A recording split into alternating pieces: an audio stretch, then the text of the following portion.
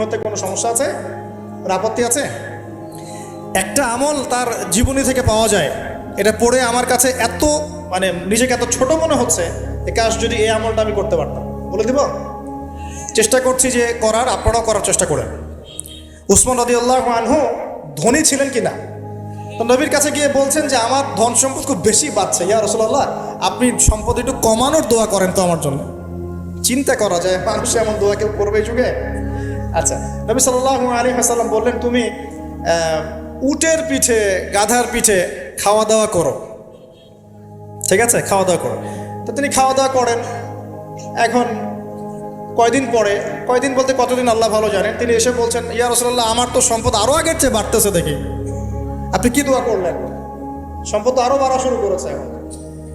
তখন তিনি বলছেন যে তুমি যখন খাও তখন তোমার হাত থেকে যদি খাবার পড়ে যায় তুমি কি করো?